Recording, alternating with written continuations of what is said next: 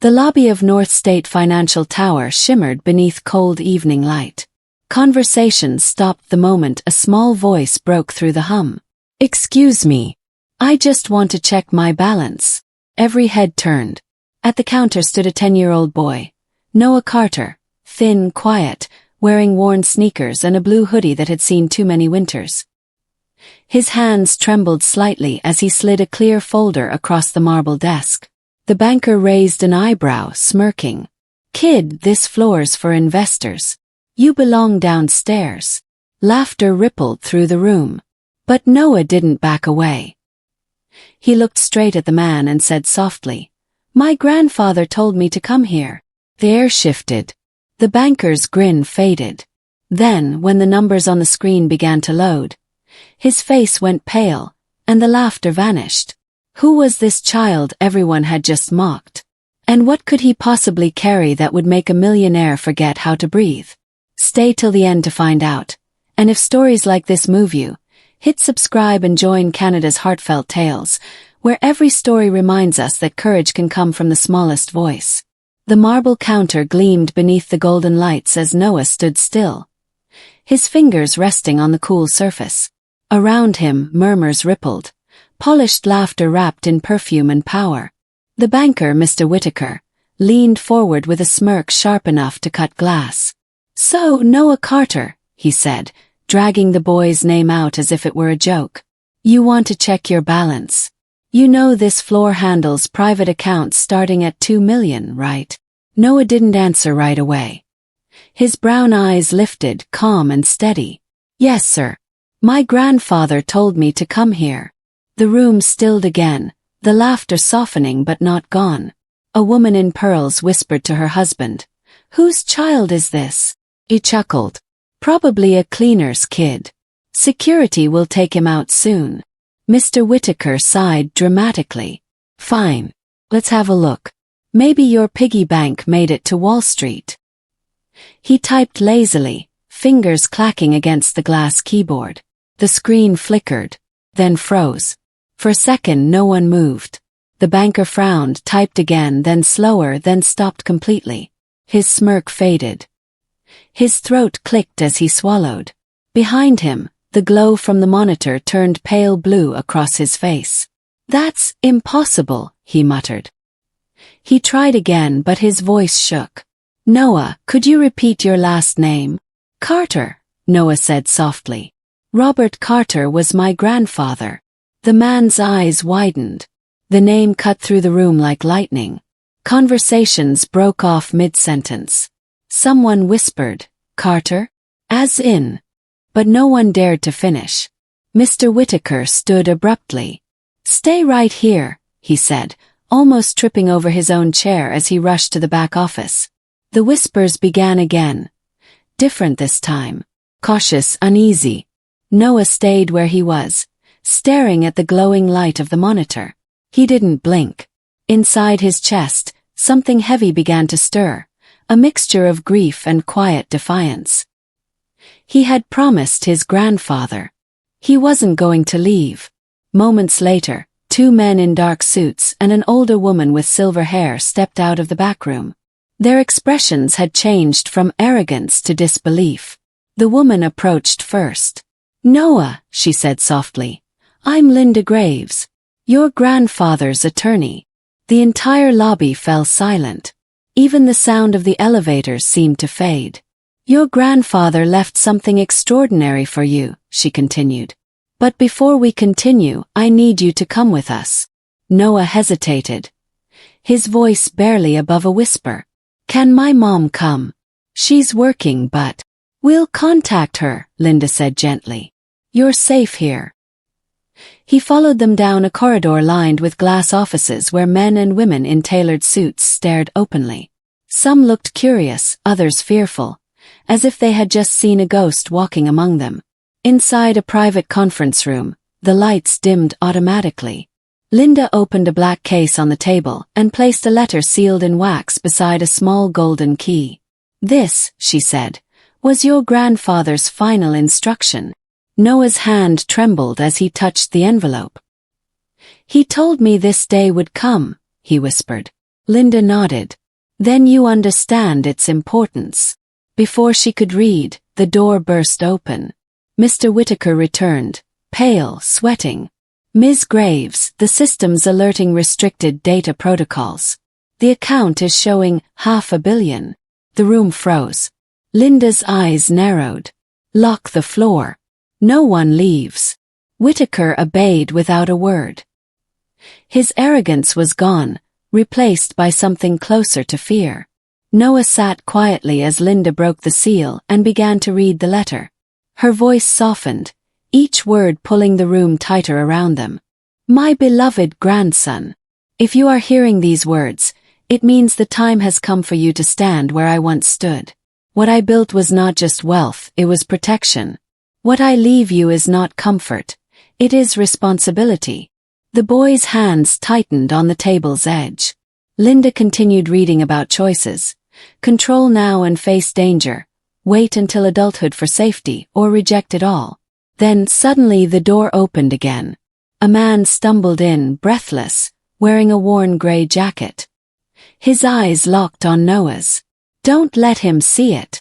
The guards tensed. Ms. Graves raised her hand. Identify yourself. He didn't need to. Emily Carter, Noah's mother, appeared right behind him, her voice breaking. Mark. Noah froze. He had only seen pictures. But there he was, his father alive. Dad! The word slipped out before he could stop it.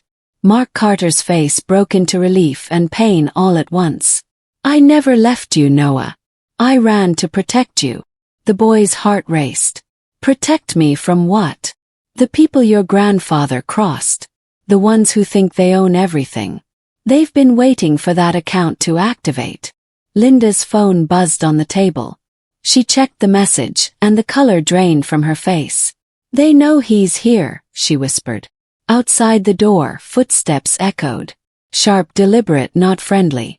Mark moved quickly, pulling Noah close. You have to trust me. No matter what happens, don't be afraid.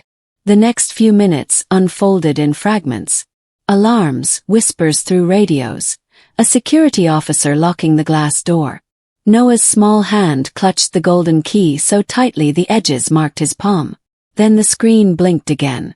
The loading bar reached 100%. The final number appeared. $482 million. Gasps filled the room. Whitaker stumbled back. That's not possible. No child should. Linda cut him off. That's exactly what your grandfather wanted. To remind this institution that worth isn't determined by age or appearance. Mark's jaw tightened. He gave it all to Noah so the right people couldn't use it for control. Noah looked from one adult to another. His voice came out quiet but unwavering. Then I'll do what he wanted. Linda stepped closer. What do you mean, Noah? I want to help people like us. The ones no one sees. But I don't want fame. I want time. Emily choked back tears. You sound just like your grandfather. The boy nodded slowly. He said money tells a story. But I get to decide how it ends. Suddenly, the door slammed open again. A man in a navy suit stepped in, flanked by security. His expression oozed control.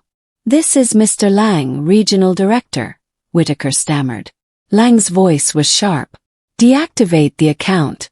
That money's under corporate investigation. Linda faced him calmly. No, it isn't. The account is protected under private trust law. Lang sneered. You think a 10-year-old owns $500 million. That's a system error. Noah stood. His small frame barely reached the table's edge, but his voice carried through the glass walls. It's not an error. My grandfather trusted me. You laughed when I came in, but he built this place before any of you worked here. The words hung heavy. Lang's smirk faltered. You don't know what you're dealing with, kid. Neither did you, Linda said coldly, handing over a document. Robert Carter owned 40% of North State Financial. The controlling shares passed to his grandson the moment the account activated. The director's face drained of color. That's sealed. Not anymore, Linda interrupted. You laughed at a child who owns the building you work in. Security hesitated. The power in the room had shifted completely. Mark looked at his son, pride softening his tired face. You did it, Noah. You stood your ground. Lang backed toward the door, his voice unsteady. You'll regret this. All of you. Linda didn't flinch. You'll be the one answering to the board tomorrow. I'll make sure of it. He stormed out, phone pressed to his ear. The echo of his footsteps disappeared down the hall. In the quiet that followed, Noah exhaled. Can we leave now? He asked softly. Yes, Linda said. But first, one thing. She turned to Whitaker. Mr. Whitaker, your behavior earlier will be documented in the board report. Pack your things by morning. The banker's face went pale. Ms. Graves, I didn't. You humiliated a grieving child, she cut him off. Actions have consequences. Noah didn't look at him. He simply gathered his folder, tucked the golden key inside, and walked toward the door. Outside, the marble lobby was silent. The same people who had laughed now stood aside as he passed. The echo of his small footsteps filled the hall. Mark placed a hand on his shoulder. You kept your promise. Noah looked up at him. And now I know why Grandpa wanted me to come. The doors slid open, and the cold night air rushed in.